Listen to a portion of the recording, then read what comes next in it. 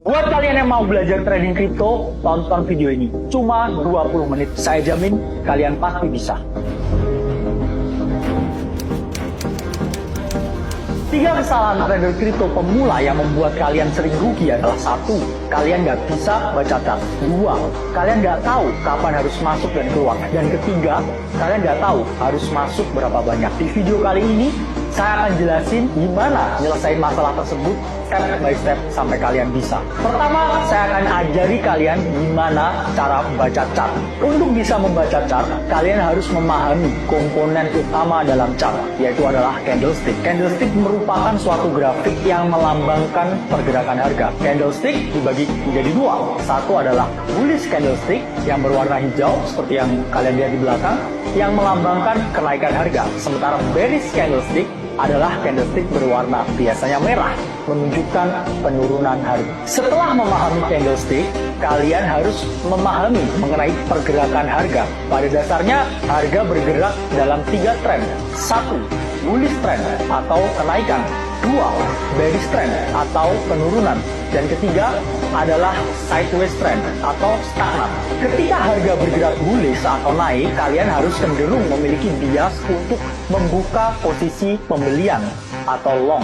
Ketika harga bergerak turun, kalian harus cenderung memiliki bias untuk mengambil posisi penjualan atau short. Dan ketika harga sideways, kalian bisa melakukan posisi pembelian atau penjualan. Ciri-ciri market yang bullish adalah market selalu membentuk higher low dan higher high.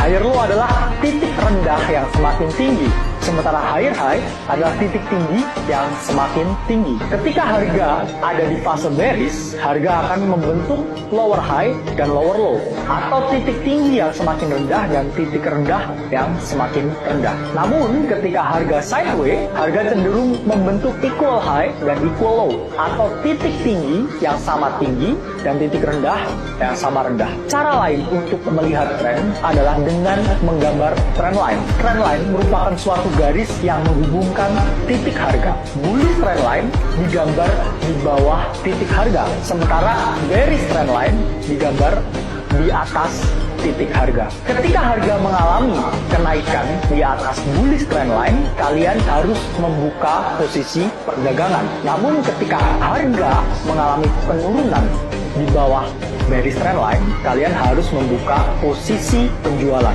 Dari penjelasan tersebut, saya yakin kalian udah tahu gimana cara membaca chart. Sekarang kita lanjut ke topik yang kedua, yaitu mengetahui kapan harus masuk dan kapan harus keluar. Dalam trading terdapat 2 area. Satu adalah area beli atau support, dan kedua adalah area jual atau resistance. Area beli merupakan area di mana pembeli berkumpul, sehingga ketika harga mendekati area beli, harga cenderung mengalami kenaikan.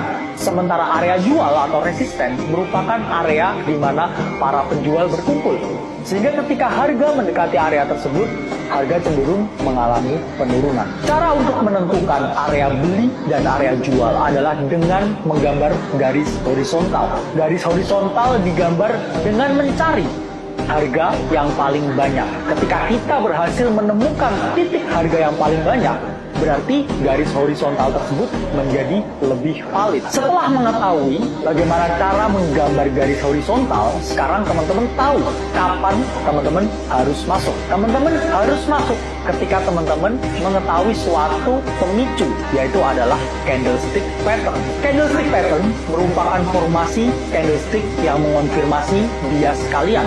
Ketika kalian hendak melakukan posisi pembelian di area beli, kalian harus mencari bullish candlestick pattern. Ketika kalian hendak melakukan penjualan di area jual, kalian harus mencari bearish candlestick pattern.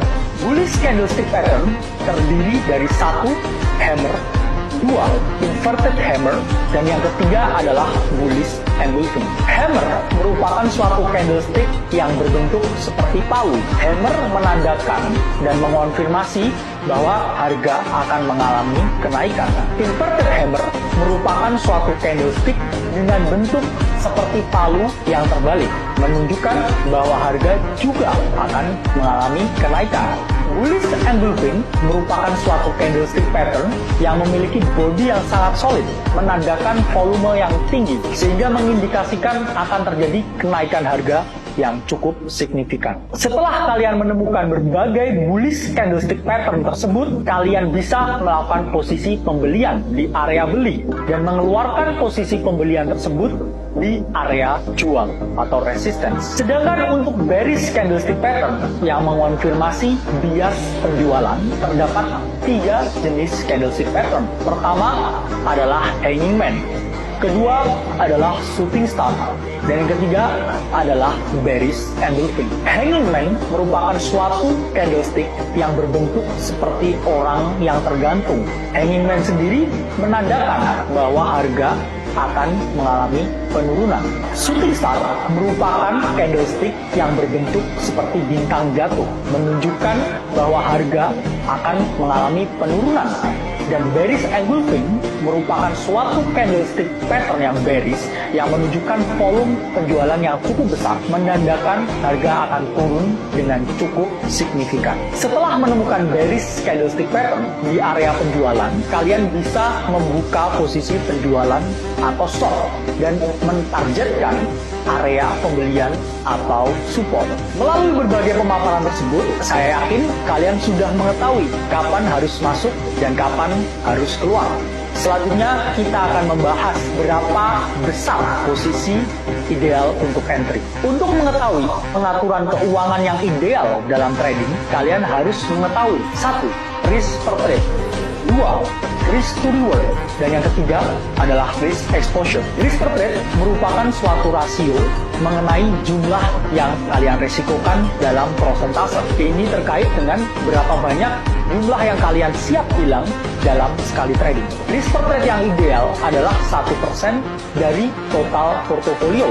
Itu artinya ketika kalian mempunyai uang 100 juta, jumlah ideal dalam sekali kalah adalah 1 juta. Hal tersebut mengindikasikan bahwa kalian punya 100 nyawa yang kalian siap hilang. Risk per trade sangat berkaitan dengan poin nomor 2, yaitu adalah risk to reward. Risk to reward terkait dengan rasio jumlah berapa banyak yang kalian siap hilang dengan jumlah yang mungkin kalian dapatkan. Risk to reward idealnya lebih dari 1:1. Itu artinya ketika kalian meresikokan 1 juta, kalian harus memperoleh uang lebih dari 1 juta. Itulah yang membedakan antara trading dan gambling. Jumlah risk to reward yang ideal adalah 1:2, 1:3, dan seterusnya. Namun jumlah risk to reward yang semakin tinggi juga akan semakin sulit diraih. Sehingga banyak pakar yang menjelaskan bahwa jumlah risk to reward yang ideal berada di antara 1:2 sampai 1:3. Jadi ketika kalian meresikokan 1 juta, jumlah ideal yang kalian peroleh adalah 2 juta atau 3 juta.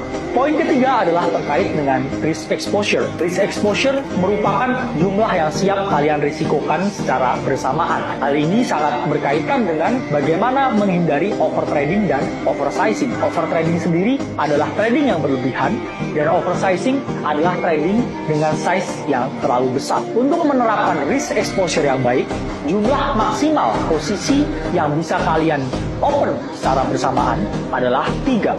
Dan kalian harus memiliki sistem di mana jumlah maksimal trading dalam satu hari adalah 5 kali, sehingga kalian terhindar dari potensi overtrading dan oversizing. Overtrading merupakan keadaan di mana kalian sudah kalah dalam trading, tapi masih ingin trading terus dan cenderung menggunakan size yang lebih besar. Maka juga bisa disebut dengan revenge trading. Sementara oversizing terjadi ketika kalian melakukan over trading, di mana kalian cenderung meningkatkan size-nya yang biasanya meresikokan 1 juta, sekarang meresikokan 2 juta, 5 juta, 10 juta, hingga kalian kehilangan seluruh portofolio yang kalian miliki. Cara mengatur agar kalian tidak over trading dan oversizing adalah menerapkan money management yang baik.